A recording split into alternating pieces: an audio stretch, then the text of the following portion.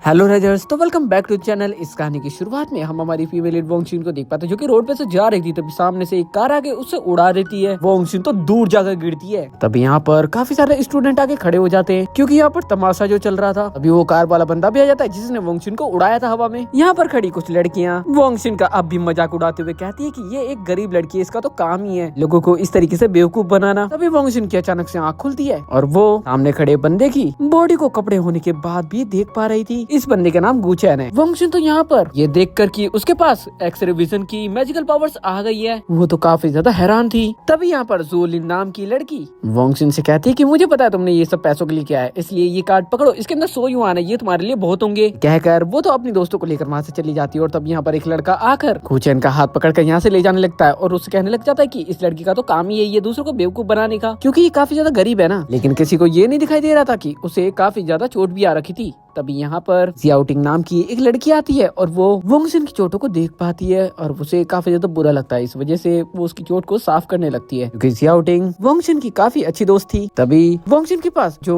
X ray vision की magical powers आई थी, उसकी मदद से वो अपने दोस्त के बैग पर एक कॉइन देख पाती है, जो कि उसने बैग पर लगा रखा था। ऐसे ही वोंगशिन अपने दोस्त से कहती कि क्या ये कॉइन मुझे मिल सकता है। जियाओटिंग कहती कि हाँ, ये तो सिर्फ सजावट के लिए था, ये तुम ले सकती हो। वोंगशिन तो उस कॉइन को लेकर सीधा एक आदमी के पास चली जाती है, क्योंकि ऐसी पुरानी चीजों को खरीदा करता था, मतलब एंटीक चीजों को खरीदा करता था। वो बंदा तो वोंगशिन के लाए उस कॉइन को देखता है और कहता है कि ये तो काफी पुराना कॉइन है और ये एक बहुत ही ज्यादा एंटीक कॉपर कॉइन है, इसके मैं तुम्हें 5000 युआन दे सकता हूँ। और साथ ही वोंगशिन से ये भी कहता है कि आगे तुम्हें कोई भी अगर ऐसी चीजें मिलती है तो तुम मेरे पास जरूर से आ जाना। वोंगशिन कहती कि बिल्कुल। जिसके साथ ही वोंगशिन तो एक मार्केट वाली जगह पर आ जाती है, जहाँ पर काफी सारे लोग कुछ चीजें बेच रहे थे और ये सारी चीजें पुराने जमाने की थी। इस वजह से वोंगशिन यहाँ पर देखने लग जाती है कि कोई कीमती चीज मिल जाए मुझे, और उसे यहाँ पर एक कीमती चीज नजर भी आ जाती है। वोंगशिन तो सीधा उसकी तरफ जाती है, उसे 100 युआन में खरीद लेती है और फिर उसी बंदे के पास आ जाती है, यानी कि ली के पास आती है, जिसे उसने पिछली बार सामान बेचा था। जब वोंगशिन यहाँ पर सामान बेच ही रही थी, सामने से एक बंदा आ जाता है, क्योंकि काफी ज्यादा हैंडसम था। वोंगशिन तो अपनी एक्स्ट्रा विजन वाली पावर्स की मदद से उसके अंदर की बॉडी देखने लग जाती है, उसके सिक्स पैक एब्स देखने लग जाती है। तभी यहाँ पर जो हैंडसम बंदा आया था, इसका नाम डोंग है, कि यहाँ पर आते ही वोंगशिन से कहता है कि तुम वो बेवकूफ लड़की हो ना जिसे गुचैन ने अपनी कार से उड़ा दिया था, यहाँ पर क्या कर रही हो। वो कहती है कि मैं कुछ सेल करने के लिए यहाँ पर आई हूँ। बंदा तो उसके लाए सामान को कहता है कि ये 800 युआन से ज्यादा का नहीं होगा। लेकिन तभी सामने खड़ा आदमी यानी कि ली कहता है कि ये तो काफी ज्यादा एंटिक चीज है, इसके मैं तुम्हें 1 लाख युआन दे सकता हूँ। डोंग भी कम्प्लीटली शॉक्ड रह जाता है और सोचता है कि ये लड़की इतनी कीमती चीज लाई कहाँ से। वोंगशिन के जाते ही इसे कहता है कि जरूर से ये कोई तुक्का होगा, यानी कि ये एंटिक चीज उसे गलती से मिल गई होगी। लेकिन ली बताता है कि इससे पहले भी वो लड़की एक एंटिक चीज सेल करने के लिए आई थी। नेक्स्ट डे जब वोंगशिन स्कूल जा रही थी, तभी रास्ते में बाइक लेकर डोंग उसके पास आ जाता है और उससे कहता है कि चुपचाप बाइक पर बैठ जाओ। वो बाइक पर बैठती है, वो तो सीधा उसे पकड़ लेती है और कहती है कि मैंने पहली बार किसी के सिक्स पैक एब्स सर्च करे। इतना कम नहीं था, उसकी नजर तो नीचे की तरफ भी जाती है, जहाँ पर वो उसकी अंडरवियर देख पा रही थी। डोंग ने यहाँ पर अल्ट्रामैन की अंडरवियर पहनी हुई थी। इस वजह से वोंगशिन कहती है कि तुमने अल्ट्रामैन की अंडरवियर पहनी है ना। डोंग तो यहाँ पर कम्प्लीटली शॉक था, कहता है कि तुम्हें ये बात कैसे पता। ये स्कूल पहुंच चुके थे, इस वजह से हम यहाँ पर ज़ोलिन को देख पाते हैं, जो कि उनको प्रपोज करने के लिए आई हुई थी। लेकिन डोंग कहता है कि मेरी पहले से ही गर्लफ्रेंड है। यही दूर हम चैन को भी देख पाते हैं, क्योंकि ये सब होता हुआ देख रहा था। ज़ोलिन डोंग से कहती है कि आखिर तुम्हारी गर्लफ्रेंड कहाँ पर है। तो डोंग कहता है कि वोंगशिन ही मेरी गर्लफ्रेंड है। वोंगशिन तो खुद शॉक्ड थी कि आखिर ये मेरा नाम क्यों ले रहा है, अबे पागल वागल हो गया है क्या। ज़ोलिन कहती कि नहीं तुम झूठ बोल रहे हो। लेकिन डोंग यहाँ पर रुकता नहीं है, वो तो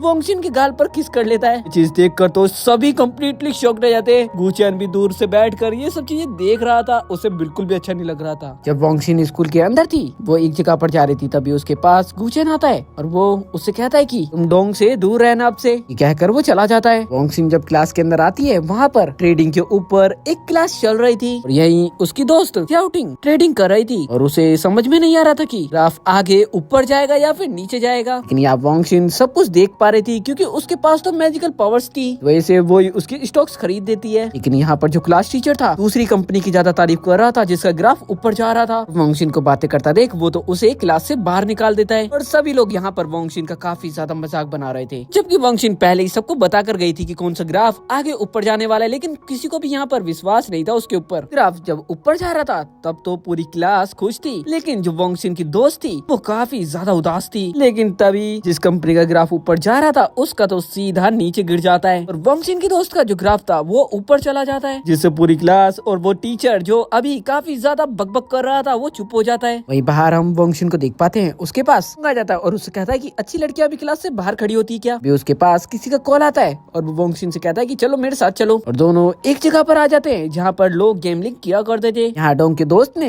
काफी सारे लोगों से उधार पैसे लिए थे, इस वजह से वो उसे धो रहे थे, लेकिन डोंग अपने दोस्त की मदद करता है और उन लोगों को उनके पैसे वापस कर देता है। लेकिन तभी वोंगशिन तो अंदर चली जाती है और कहती है कि मुझे भी यहाँ पर गेम खेलनी है। उनका दोस्त कहता है कि क्या तुम पागल हो गई हो, तुम यहाँ से चलो। वोंगशिन तो यहाँ पर गेम के अंदर काफी सारे पैसे लगा देती है जितने डोंग के पास थे, और यहाँ पर जितने भी बंदे आ रखे थे वो सभी सोच रहे थे कि ये एक पागल लड़की है जो कि यहाँ पर हारने के लिए आई है। अब सामने खड़ी लड़की कुछ पासों को घुमाती है और वोंगशिन को सही नंबर बताने थे, के पास तो एक्सरे विजन की मैजिकल पावर थी, इस वजह से वो बिल्कुल सही आंसर बता देती है और वो यहाँ पर 10 लाख जीत जाती है, जिसे देखकर यहाँ पर जितने भी लोग थे वो सभी कम्प्लीटली शॉक रह जाते हैं। तभी यहाँ पर एक जिन नाम के बंदे की एंट्री होती है और उसे देखते के साथ ही डोंग का दोस्त कहता है कि ये इस शहर का काफी ज्यादा डेंजरस बंदा है और काफी ज्यादा रिच भी है, जिसकी वजह से को इतना ज्यादा नुकसान हुआ था आज उन बंदों को, वो तो तुरंत यहाँ से निकाल देता है और खुद यहाँ पर अपने हाथों से वोंगशिन को उसके जीते गए पैसों का चेक देता है। तभी वोंगशिन यहाँ पर उसका हार्ट को देख पाती है और उससे कहती है कि थोड़ी देर में तुम्हें ब्लड वॉमिटिंग होने वाली है, अगर तुमने इस समय रहते इलाज नहीं करवाया तो तुम खत्म हो जाओगे, हमारे पास सिर्फ 7 दिन बचे हुए हैं। जिनका असिस्टेंट तो वोंगशिन को डांट कर चुप करा देता है।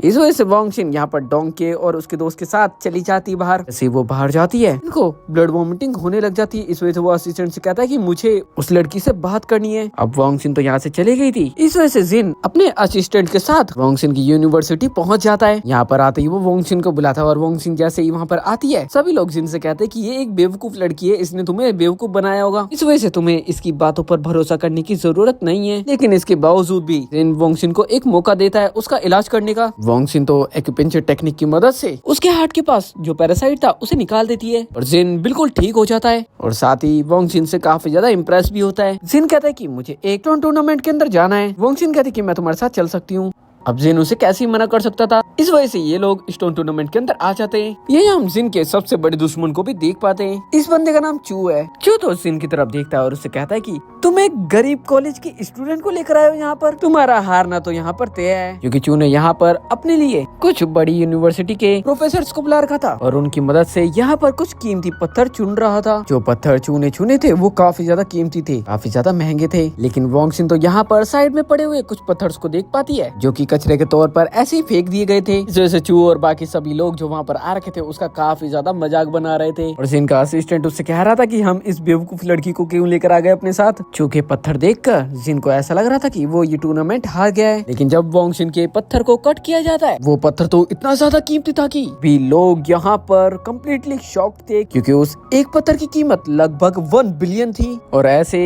एक पत्थर नहीं बल्कि वोंगशिन के पास और भी पत्थर थे। तो कहने लग जाता कि ये तो चीटिंग हो रही है। तभी यहाँ पर जो सीनियर बंदा था वो कहता है कि यहाँ ऐसी कोई भी चीटिंग नहीं की गई है, ये सब बिल्कुल लीगल अच्छे तरीके से हो रहा है। वो यहाँ से जाता उससे पहले ही जिन उसे रोकता है और कहता है कि घुटनों पर बैठकर मुझसे माफी मांगो, क्योंकि थोड़ी देर पहले तुम कुछ ज्यादा ही बकबक कर रहे थे। वो कहता है कि मैं चू फैमिली का सबसे बड़ा बेटा हूँ, मैं किसी के आगे माफी नहीं मांग सकता। अगर मुझसे माफी मंगवानी है तो तुम्हें मेरे साथ एक गेम खेलना पड़ेगा। और ये गेम था एक डेथ गेम। चू अपने वेपन के अंदर एक गोली रखता है, वो वोंगशिन को देता है और कहता है कि इसे अपने सिर पर चलाओ। वोंगशिन तो हंसते हंसते उसे ले लेती है और अपने सिर पर वो गोली चलाती है, लेकिन वो चलती नहीं है। वोंगशिन तो उस वेपन को चू को देखकर कहती है कि अब तुम्हारी बारी है, लेकिन चू तो काफी ज्यादा डर रहा था। इस वजह से वोंगशिन कहती है कि ठीक है मैं अपने ऊपर ही एक और बार चला लेती हूँ। वो तो पागलों की तरह 3-4 बार ही चला देती है, लेकिन गोली चलती नहीं। अब तो चू के पसीने छूटने लगे थे क्योंकि उसकी बारी जो आने वाली थी। वोंगशिन वो वेपन चू की तरफ करती है, लेकिन चू काफी ज्यादा डरा हुआ था। वो तो खुद ही घुटनों पर बैठ जाता और कहता है कि मुझे माफ कर दो। यहीं पर हम दूर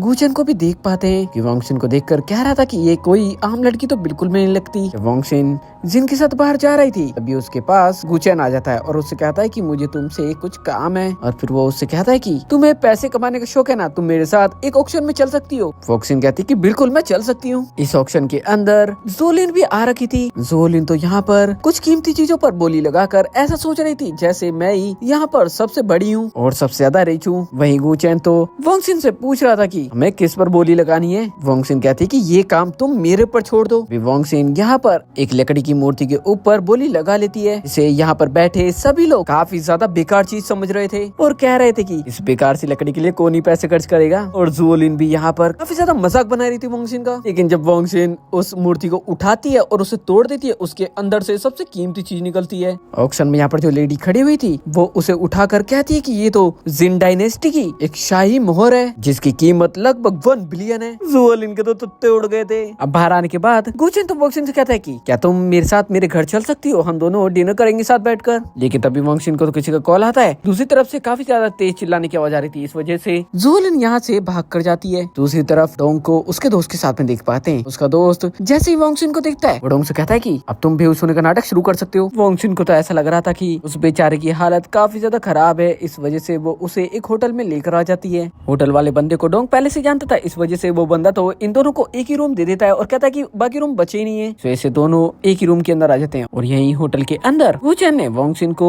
डोंग के साथ देख लिया था। इस वजह से वो यहाँ पर जिस बंदे ने उन्हें रूम दिया था उस बंदे को कुछ पैसे खिला देता है, पैसे दे देता है। वहीं डोंग तो वोंगसिन को अपने क्लोज लाकर उसे किस करने वाला था। बेल बजती है और वही बंदा सामने आकर कहता है कि तुम्हारे लिए एक रूम बुक कर दिया गया है, अब तुम दूसरे रूम के अंदर जा सकती हो। डोंग का तो सारा प्लान ही खराब हो गया था। अब दूसरे रूम में जाकर वोंगसिन को ऐसा लग रहा था कि उस रूम के अंदर वो अकेली है, लेकिन तभी वहाँ पर गुचैन आ जाता है। उसने अभी सिर्फ टॉवल पहना हुआ था। वोंगसिन कहती है कि जरूर कुछ गलती हो गई होगी, इस वजह से मैं यहाँ पर आ गई। ये कहकर वो तो जल्दी से वहाँ से भाग जाती है। अब जैसे वोंगसिन होटल से बाहर जाने वाली थी तभी यहाँ पर उसे जिन का असिस्टेंट मिल जाता है, जो कि वोंगसिन से कहता है कि तुम्हें थर्ड मास्टर ने अपने घर पर बुलाया है, यानी कि जिन ने अपने घर पर बुलाया है और घर पर आने के लिए तुम्हें पहले 5 मिलियन भी दिए। वोंगसिन घर पर आ जाती है, जहाँ आने के बाद वो जिन के डैड को बिस्तर पर लेटा हुआ देख पाती है, वो बेहोश थे। अभी वो यहाँ पर कुछ नेगेटिव एनर्जीज को देख पाती है और वो कहती है कि क्या ये पावर्स नेगेटिव एनर्जीज भी देख सकती है, ये तो बहुत अच्छा है। वोंगसिन जिन से कहती है कि हमारे डैड के ऊपर किसी ने ब्लैक मैजिक किया है, तुम वो पेंटिंग हटाओगे सामने जो लगी हुई है। जैसे ही वो पेंटिंग हटाई जाती है वहाँ पर एक डोल थी। जिन कहता है कि आखिर ये किसने किया होगा। वोंगसिन को तो उसकी मैजिकल पावर की मदद से पता चल जाता है कि ये सब जिन की स्टेप मदर ने किया है। स्टेप मदर तो काफी ज्यादा घबरा कर कहने लग जाती है कि मैंने ये सब नहीं करा। लेकिन जब गुस्से से जिन उसका गला पकड़ता है, स्टेप मदर कहती है कि हाँ हाँ मैंने ये किया है और अब तुम अपने डैड को नहीं बचा सकते। वोंगसिन कहती है कि अच्छा तुम्हें ऐसा लगता है क्या। वो फटाफट से उस डोल को वहाँ पर आग लगा देती है और तभी जिन के डैड को होश भी आ जाता है और वो होश में आने के बाद स्टेप मदर के ऊपर काफी ज्यादा गुस्सा करते हैं और अपने छोटे बेटे से कहते हैं कि तुम मेरे साथ रह सकते हो। लेकिन तभी वोंगसिन देख पाती है कि वो छोटा लड़का जिन के डैड का बेटा नहीं था, बल्कि वो तो वहाँ पर काम कर रहे एक गार्ड का बेटा था। जिन के डैड ये कंफर्म करवाने के लिए उनका डीएनए टेस्ट करवाते हैं और रिपोर्ट भी जल्दी आ जाती है और सभी को पता चल जाता है कि वोंगसिन बिल्कुल सही कह रही थी। इस वजह से जिन के डैड तुरंत ही उस गार्ड को जिन की स्टेप मदर को घर से बाहर फिकवा देते हैं। जिन तो यहाँ पर वोंगसिन को 1 बिलियन का चेक देता है, लेकिन वोंगसिन ये नहीं लेती। जिन कहता है कि जल्दी तुम ग्रेजुएट हो जाओगी और तुम्हें जॉब चाहिए होगी, इस वजह से मेरे पास तुम्हारे लिए एक अच्छा ऑफर है। नेक्स्ट सीन के अंदर हम जाओटिंग को दिख पाते हैं, जो कि वोंगसिन के पास आते हैं और उससे कहती है कि तुम्हें कैंपस में चलना चाहिए, वहाँ पर कुछ कंपनीज आ रही है इंटरव्यू लेने के लिए, इसलिए बाकी सभी लोग वहाँ पर गए हुए हैं। जब ये दोनों उस जगह पर जाते हैं तो यहाँ पर हम जोलिन और उसके साथ उसकी कुछ दोस्तों को भी देख पाते हैं, जो कि वोंगसिन को देखते के साथ ही उसे बुली करने का, उसे परेशान करने का मौका नहीं छोड़ते। यहाँ पर जोलिन का वेंचर कैपिटल कंपनी के अंदर इंटरव्यू पास हो गया था। अब यहाँ पर जितने भी उसके क्लासमेट खड़े हुए थे वो सभी जोलिन को कहने लग जाते हैं कि तुम काफी ज्यादा खास हो, तुम काफी ज्यादा ब्यूटीफुल हो, तुम्हें तो वेंचर कैपिटल को एक्सेप्ट करना ही था, तुम तो काफी ज्यादा टैलेंटेड भी हो, जबकि घंटा टैलेंट भी नहीं था इसके अंदर। तभी वोंगसिन को जिन का कॉल आता है, जो कि उससे कह रहा था कि आज से तुम मॉडर्न वेंचर कैपिटल की चेयरमैन हो। तभी यहाँ पर हम एक प्रोफेसर को देख पाते हैं, जो कि वोंगसिन के पास आकर उससे कहता है कि तुम्हें पता है तुम पीछे क्यों हो, क्योंकि तुम कभी भी एक अच्छी स्टूडेंट नहीं बन पाई और जोलिन को देखो वो कितनी ज्यादा अच्छी स्टूडेंट है। तभी यहाँ पर जिन की एंट्री हो जाती है। जूलिन तो जिन को देखकर कहती है कि थर्ड मास्टर यहीं पर आ गए, कितनी ज्यादा अच्छी बात है। यहाँ जो यूनिवर्सिटी का प्रोफेसर था वो तो जिन का वेलकम करने चला जाता है, उससे बात करने चला जाता है। जिन कहता है कि क्या मैंने तुमसे बात करने को कहा, मुझे तुमसे कोई बात नहीं करनी। ये कहकर वो आगे बढ़ता है और वोंगसिन के पास जाकर उससे कहता है कि आज से तुम मॉडर्न वेंचर कैपिटल की चेयरमैन हो। जिसे सुनकर यहाँ पर जितने भी लोग थे सभी के पैरों तले की जमीन निकल चुकी थी, सभी कम्प्लीटली शॉक्ड थे। और वो लोग जो अभी तक वोंगसिन का मजाक बना रहे थे, उसका मजाक उड़ा रहे थे, उससे काफी अच्छे से बात करने लग जाते हैं। लेकिन वोंगसिन कहती है कि तुम सभी से मुझे कुछ भी बात नहीं करनी, लेकिन मेरी दोस्त मेरे साथ रहेगी। वो तो कंपनी की CFO बना देती है उसे और कहती कि साल के तुम्हें 5 मिलियन मिलेंगे, क्या तुम खुश हो? जियाओटिंग कहती कि हाँ मैं बहुत खुश हूँ। लेकिन लिन को काफी ज्यादा गुस्सा आ रहा था। वो तो जिन की फियांसे को कॉल लगा देती है और उससे कहती है कि तुम्हें जल्दी से जल्दी चाइना वापस आना होगा। वही जिन वोंगसिन और उसकी दोस्त वेंचर कैपिटल्स के अंदर आ जाते हैं, जहाँ सभी एम्प्लॉय को पता चलता है कि उनकी चेयरमैन वोंगसिन है। पहले तो सभी उसे एक छोटी बच्ची समझते हैं जो कि अभी अभी कॉलेज से ग्रेजुएट हुई है। लेकिन तभी वोंगसिन यहाँ पर सभी को उनका काम समझाने लग जाती है और सभी को बताती है कि उन्हें कौन से स्टॉक्स खरीदने और कौन से सेल करने। वोंगसिन की मदद से तो आज में कंपनी को 10 बिलियन का प्रॉफिट हो जाता है, जिससे तो यहाँ पर काफी सारे लोगों को उनकी आंखों पर ही विश्वास नहीं हो रहा था। वोंगसिन तो खुद ही से कह रही थी कि जस्ट एक वीक पहले ही मेरे पास सही से बन खरीदने के लिए भी पैसे नहीं थे और आज मेरे पास 10 बिलियन है। वही दूसरी तरफ हम जुआंग नाम की लड़की को देख पाते हैं जो कि चाइना वापस आ गई थी और यही लड़की इनकी फियांसे है और ये काफी ज्यादा रिच थी, इसलिए जुओलिन को लग रहा था कि ये उसकी मदद कर सकती है क्योंकि ये जुओलिन की दोस्त भी तो थी ना। वही जिन वोंगसिन को उसके चेयर पर बैठा रहा था कि तभी जुओलिन और जुआंग इस रूम के अंदर आ जाते हैं। जुआंग तो सीधा जिन के पास आती है और उसकी क्लोज जाने की कोशिश करती है, लेकिन जिन को ये चीज बिल्कुल भी अच्छी नहीं लग रही थी। इस वजह से वो कहता है कि हमारा रिश्ता कभी भी मेरी मर्जी से नहीं हुआ था, इस वजह से मुझसे दूर रहो। लेकिन जुआंग कहती है कि एक वीक के बाद हमारी एंगेजमेंट पार्टी है तो तुम रेडी रहना। ये कहकर वो तो वहाँ से चली जाती है। तभी असिस्टेंट आकर जिन से कहता है कि अगर बाई फैमिली ने हमारा साथ नहीं दिया तो हमारे स्टॉक में बिलियंस का नुकसान हो जाएगा। बाई फैमिली यानी कि जुआन की फैमिली। वोंगसिन तो यहाँ पर समझ जाती है कि इसीलिए इन दोनों की शादी हो रही है। वोंगसिन कहती है कि अगर तुम्हें बाई फैमिली की कंपनी से आगे निकलना है तो तुम्हें एक वीक के अंदर 200 बिलियन का प्रॉफिट करना पड़ेगा। असिस्टेंट कहता है कि ये पॉसिबल नहीं है, लेकिन वोंगसिन के रहते यहाँ क्या इम्पॉसिबल था। जल्दी जिन्हें सिटी के रिचेस्ट पर्सन की लिस्ट में वोंगसिन का नाम 100 नंबर पर आ जाता है। वोंगसिन तो अपने दोस्त से कहते हैं कि मुझे अपनी सिटी की नहीं बल्कि पूरे देश की सबसे अमीर लड़की बनना है और मुझे सबसे रिच लड़का बनना है। इस वजह से जल्दी ही मैं अपना AI भी लॉन्च करने वाला हूँ। तभी वोंगसिन यहाँ पर पढ़े एक न्यूज़पेपर को उठाती है जिसके अंदर उसे करंट न्यूज नहीं बल्कि फ्यूचर न्यूज नजर आ रही थी, बिल्कुल बुअनबाम की ताजा खबर जैसे। वोंगसिन जिन को कॉल करती है और कहती है कि मुझे जेंग से मिलना है। ये एक फार्मास्यूटिकल कंपनी के ओनर थे और इनके साथ मिलकर वोंगसिन को काम करना था। लेकिन ये जिन के साथ वहाँ पर पहुँचती है, तभी वहाँ पर जुआन भी अपनी असिस्टेंट के साथ मुंह उठाकर आ जाती है और ओल्ड मैन जेंग से कहती है कि मुझे भी आपकी कंपनी के अंदर इन्वेस्टमेंट करना है। लेकिन यहाँ पर कैसे तो वोंगसिन को जेंग का यानी कि उस ओल्ड मैन का भरोसा जीतना था। वो कहती है कि तुम एक मेडिसिन के ऊपर अपनी रिसर्च कर रहे हो, मैं उसका फार्मूला तुम्हें बता सकती हूँ। वो ऐसा ही करती है और उस मेडिसिन को कुछ चूहों के ऊपर ट्राई किया जाता है और वो मेडिसिन सक्सेसफुल भी होती है, जिससे तो जेंग काफी ज्यादा खुश हो जाता है, यानी कि वो ओल्ड मैन काफी ज्यादा खुश हो जाता है और वोंगसिन के साथ काम करने के लिए मान जाता है। इससे जुआन को काफी ज्यादा गुस्सा आता है। वो तो कार के अंदर आकर बैठती है